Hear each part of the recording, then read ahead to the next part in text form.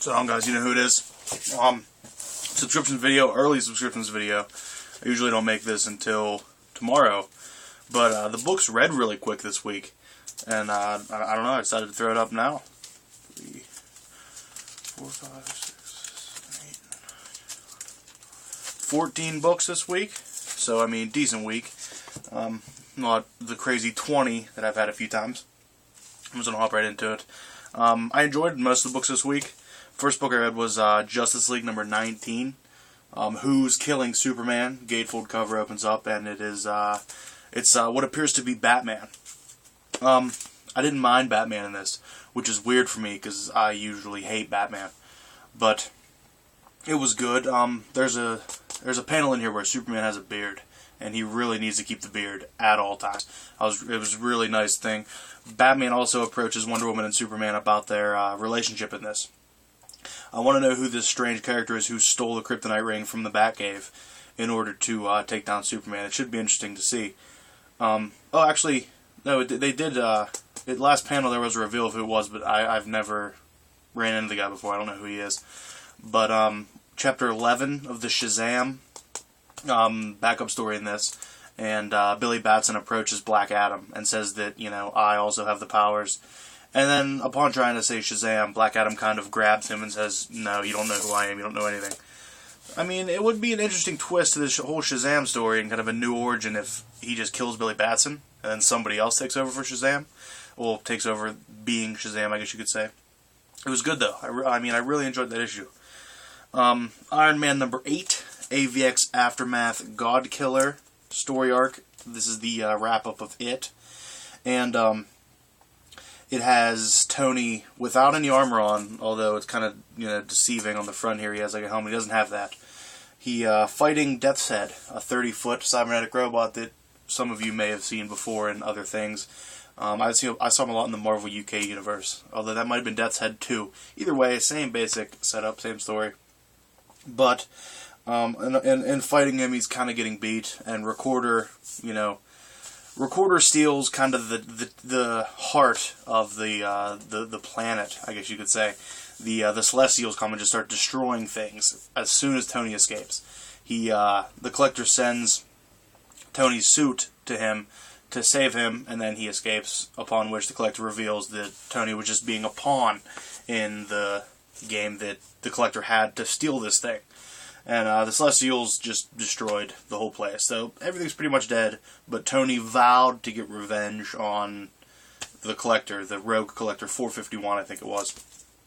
But I really like this issue. I really love this series itself. It feels a little nostalgic for me almost. It feels like some older Iron Man issues. And I just really enjoy the way they're written.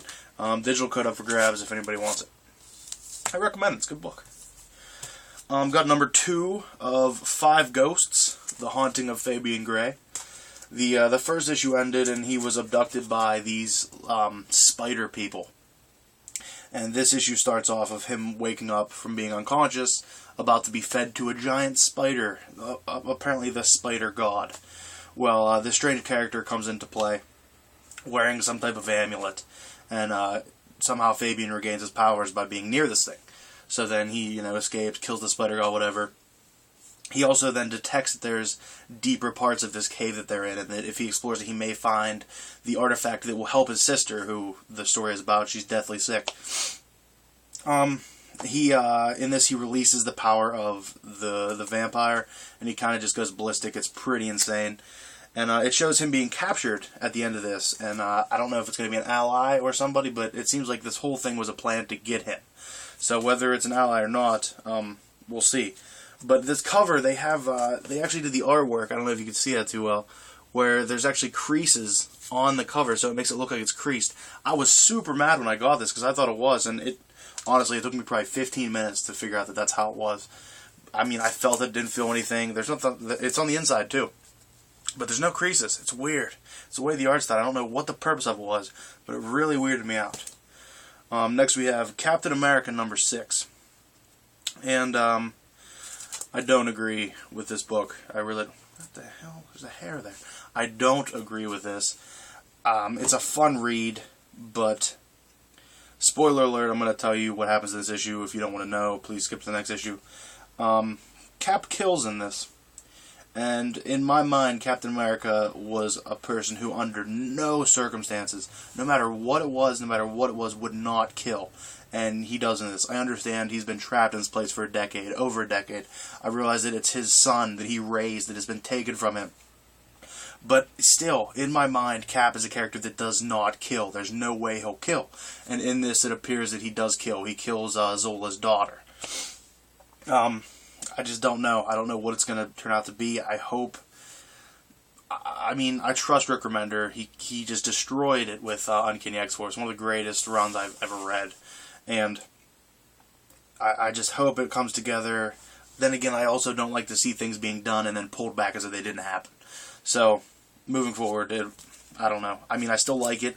I'm still iffy on John Romita's artwork. I'm not a fan of it in this kind of, I don't know if it's a coloring style or what. It might just be on the new paper. Because, like, I like John Romita's artwork when it was, you know, obviously the old John Romita artwork.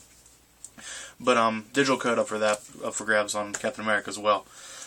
Next book, and, this cover kind of gives me chills, even though I hate Cyclops now, is Cable and X-Force number 7, subtitled Daddy's Home, and it almost gives me chills. It's such a cover that gives you a feeling, and but it doesn't really portray what goes on in the issue. They kind of just talk as father and son. They're not fighting. It's kind of just it's actually a little lighthearted, and it's different to see Cyclops in that now because he's not that lighthearted person. But I guess Cable brings that out of him. They're trying to get this alien who is held in the basement of the Riker's prison, I guess, and Domino is trying to break in to see Colossus as just a distraction. Excuse me. And Boom Boom, or Meltdown, as I also know her from the first run of X-Force, is in the basement trying to get this alien life form who kind of captures her, and upon Domino going to get them, it's just a mess. And there's a nice scene of Dr. Nemesis and Forge just joyriding in the ship, which it seems the alien takes over as well. This has just been one of the most solid series. This is one of my top 3 favorite Marvel Now series is out. I know there's a lot of them, but I was on a lot of them. But I mean, just a solid book all around. It seems like they're into space now, being chased by some type of... I mean, there's definitely going to be some more aliens involved, but it looks like Sword is also chasing them as well. Very good issue though. I mean, I still wish I had more Cable of being Cable. I feel like it's Cable being written a different way. It's not actually Cable, if that makes any sense. Digital copy up for grabs on that one. And this book, which I felt like I haven't read another one since like 6 months, but obviously it's been a month. Daredevil, number 25. This issue is fantastic. They've been fantastic since always, I guess. But just unbelievable. I really, really can't stress enough how solid this series is. Just issue in and issue out, they're just fantastic books. And this one does not disappoint. Daredevil is approached by a man seemingly affected by the experiments that made the other people who just went crazy and have hypersenses, made him have hypersenses. I think his he says his name is Japanese for Fury, I think. And him and Daredevil, this whole issue is just a phenomenal battle scene of, you know, using hypersenses against each other and battling and fighting, and it's just unbelievable. So well written, so well drawn, so well colored, to be honest with you. Daredevil has a final idea that he's going to go into a sports goods store and set the sprinklers off because he knows that would affect him really bad. Upon doing that, he finds out that his enemy is not blind, and that's a pretty big deal. So then basically leaves him for dead and tells him that they can kill him whenever he wants. Really, really interesting. One of the most interesting parts is on the front here you see him wearing the boxing robe. He shows up wearing Daredevil's father's boxing robe. And just a wonderful issue. It's just a phenomenal series. There's nothing that can be said bad about that. Everything is good. Nothing else to say to that. And then there was a kind of another theme to this week, which was some books that I would have dropped if they weren't $2.99 got a lot better this week. And one of them was Thunderbolts number 8. I haven't really been liking Thunderbolts a lot, but I've stuck with it because of the promise that the team has.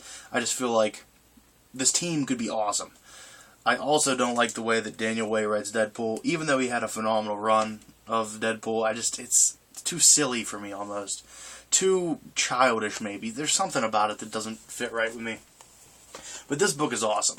They're staking out kind of an arms dealer place, and they have this whole elaborate, pairings of people for different reasons. Thunderbolt Ross is a master of tactics, and this is proven. There's a wonderful scene in here where Punisher and Deadpool are teamed together, and because of the relationship issues, the relationship triangle between Deadpool, Punisher, and Elektra, Deadpool goes to kill the Punisher, but Red Hulk has Elektra set up kind of across the way with a sniper rifle to shoot Deadpool in the head when it happens.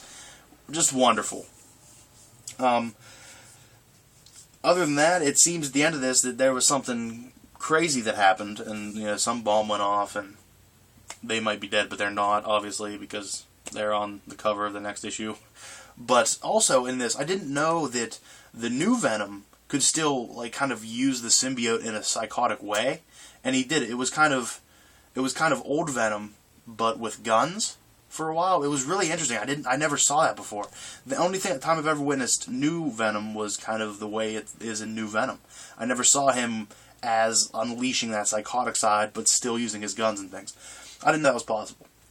But really like this. I've been really liking these covers too, although the interior artwork is a little cartoony for me. It just doesn't portray a serious attitude as much as I think it should when they're trying to convey serious points.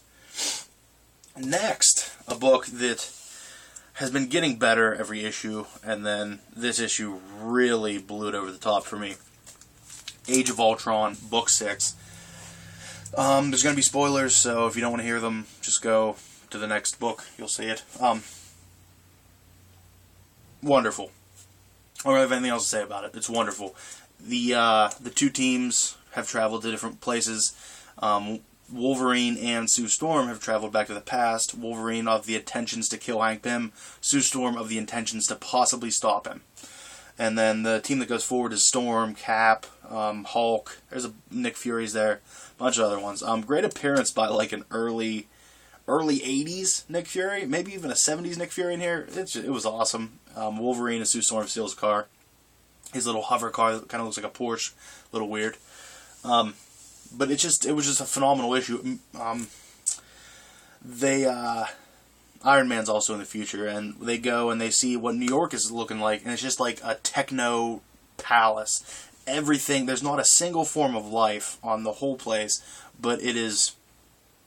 Tony Stark says it's beautiful, and it's very well drawn. It does show some beauty, but also knowing that he had to exterminate all of life to do it, little on the shady side, a little on the dark side.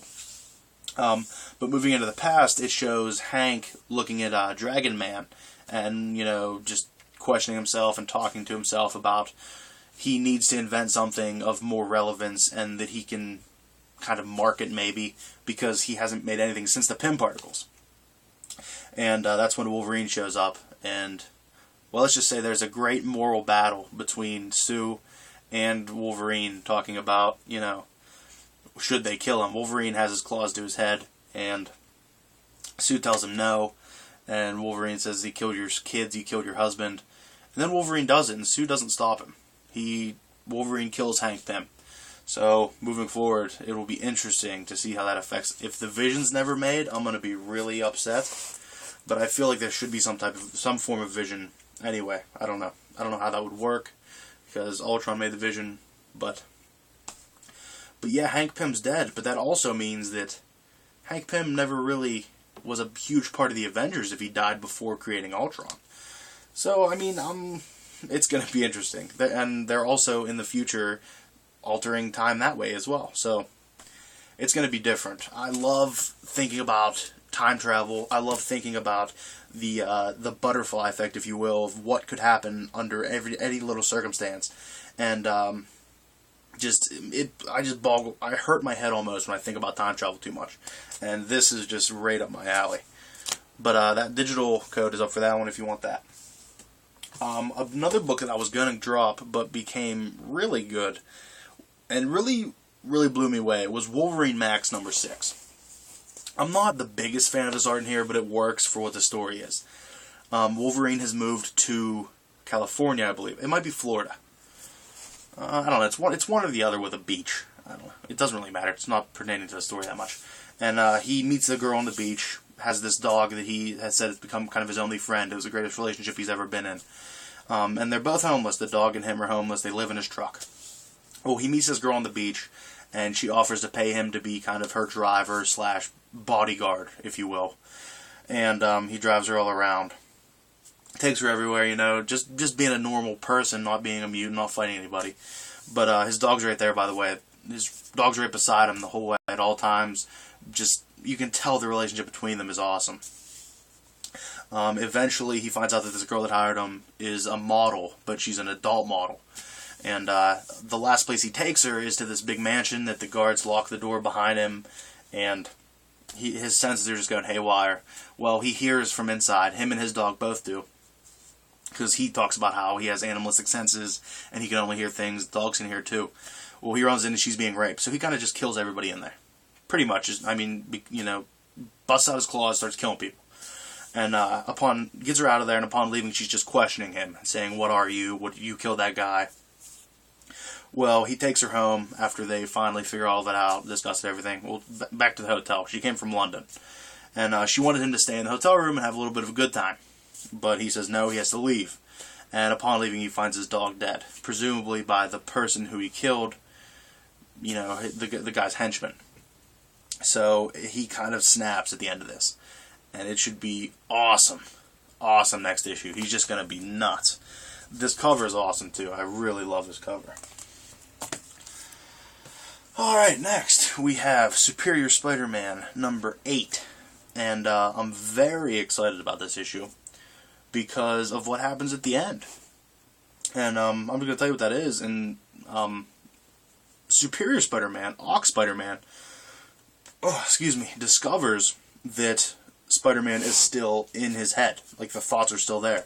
And he uses one of his brain machines to... He's going to remove them. And the next issue, they're probably going to battle inside the head or whatever. But if Peter comes back, there is a chance I will drop this. Because I'm not interested in that. I want to see Spider-Man. That's what I want to see. Also a great moment in here. He saves a little girl who he is the reason that she was sick the way she was because of one of his master schemes. And he saves her, and he feels so great. He feels like that is what he needs to do, is be a hero.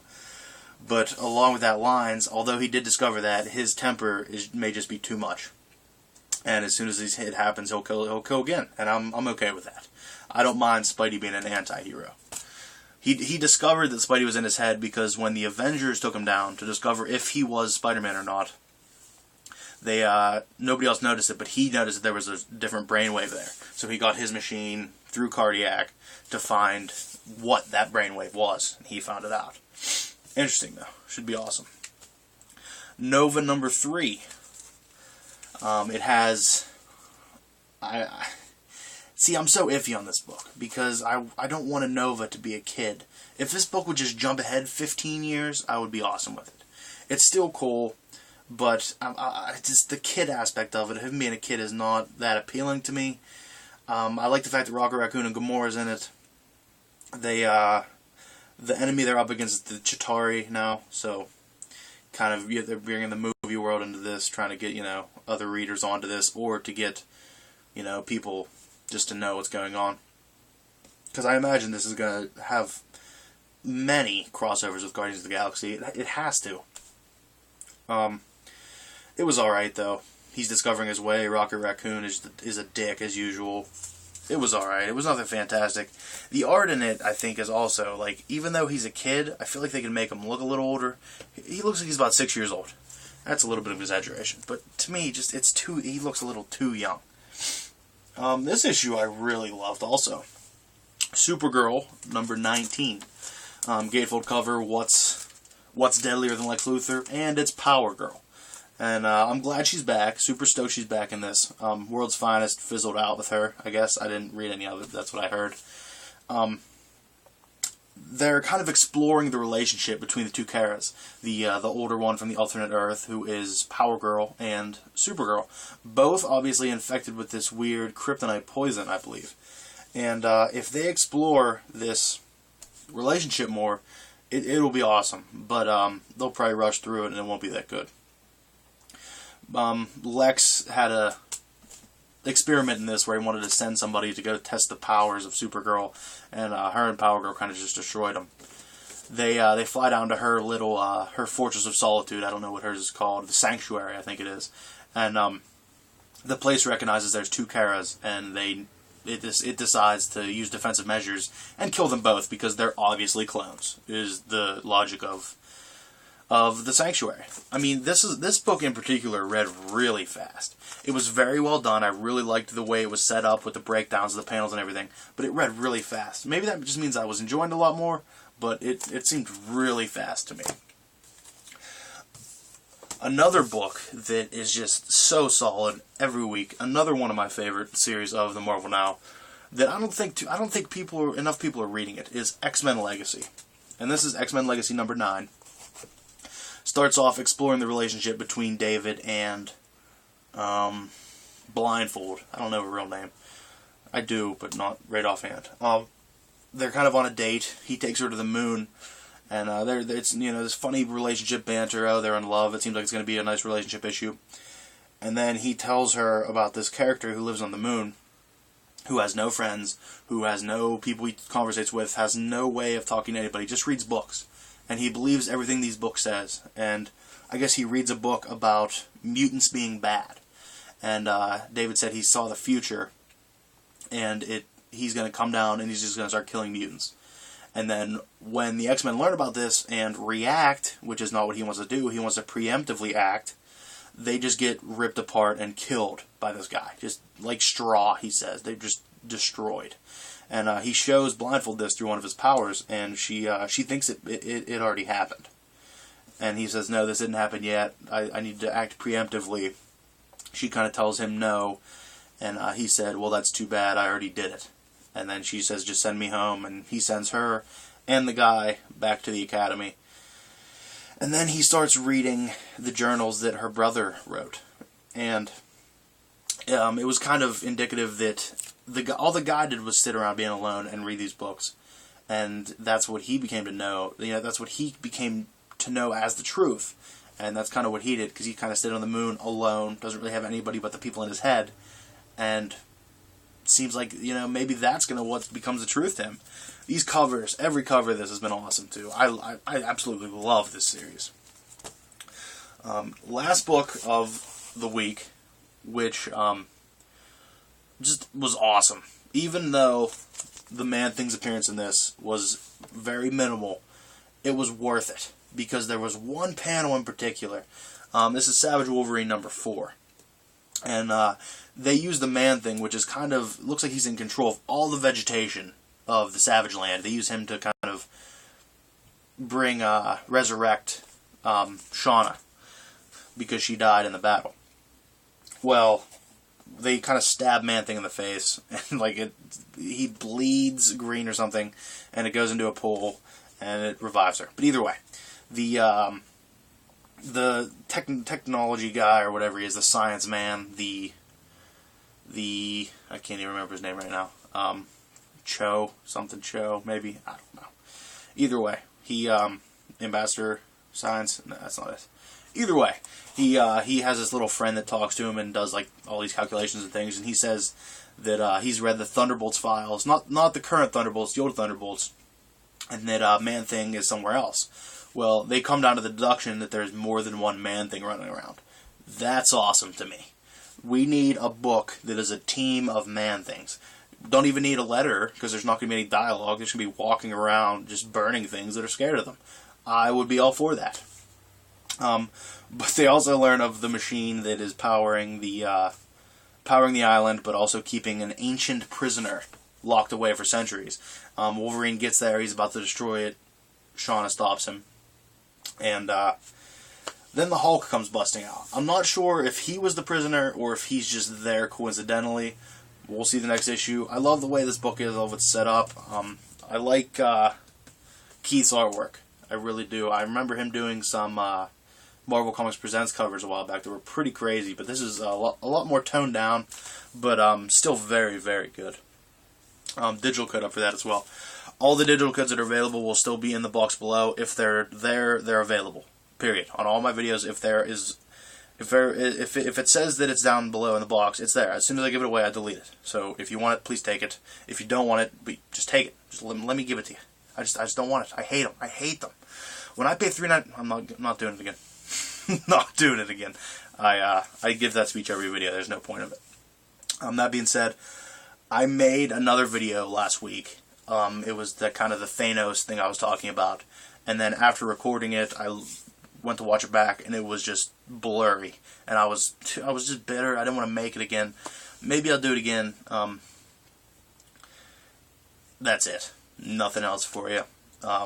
Those are my subscriptions. I'm gonna try to make the Thanos video again, but I mean, don't bet on it.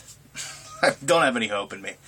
Either way, thank you guys for watching, and remember, have a great day.